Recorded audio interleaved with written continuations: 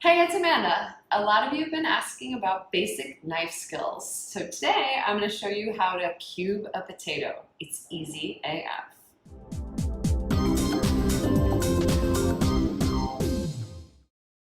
Okay, so I have some peeled potatoes here.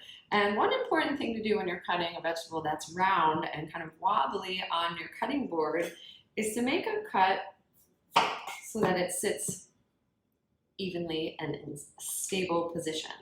And then, since we're doing cubes, I like to even it off. Now you can absolutely use these potato scraps for potato soup, mashed potato, hash, whatever you want to use them for. But today we're focusing on beautiful cubes. So we're going to make first our cuts down. Basically, we're making a sheet of potato, and depending on the size that you want, you either cut thicker or thinner. Now, potatoes have starch, so they're gonna stick a little as you're cutting them. They're gonna stick to your knife, they're gonna stick to each other. Just separate as you go. If you have another piece like this, add it to your scrap pile. Then, however you're comfortable, you can stack them tall, or you can just go one by one, and you're now going to create what we call almost batonette first, and then you're gonna get your cubes. So this is ideal. It's like a matchstick almost, a little bit bigger. And then you're gonna turn it, and that's when you decide, do you want them to be really big? Do you want them to be really small? This is where you can make your cubes large or small or medium. Use the claw. I know you've heard of this before. Get your hand closer to the knife, because if it's over here and the knife is going all different places, you'll have a tendency to cut yourself.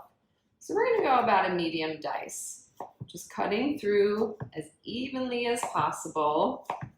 I'm not going to measure your potatoes. And there you go. You have some perfect little cubes. This can be used for a hash. This can be used for a chowder. This can be used for any vegetable medley that you're doing with lots of cool vegetable cuts like this. You could do this with zucchini, with carrots, with any kind of root vegetable. It's fall, right? So you squash. This is it. This is the process. So now that you're feeling confident, you can have a tall stack and get a lot done at once. Just go through, make your strips.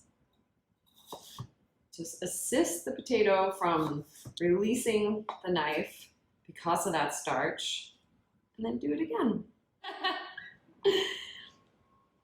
Medium cubes, big cubes. It's easy. AF.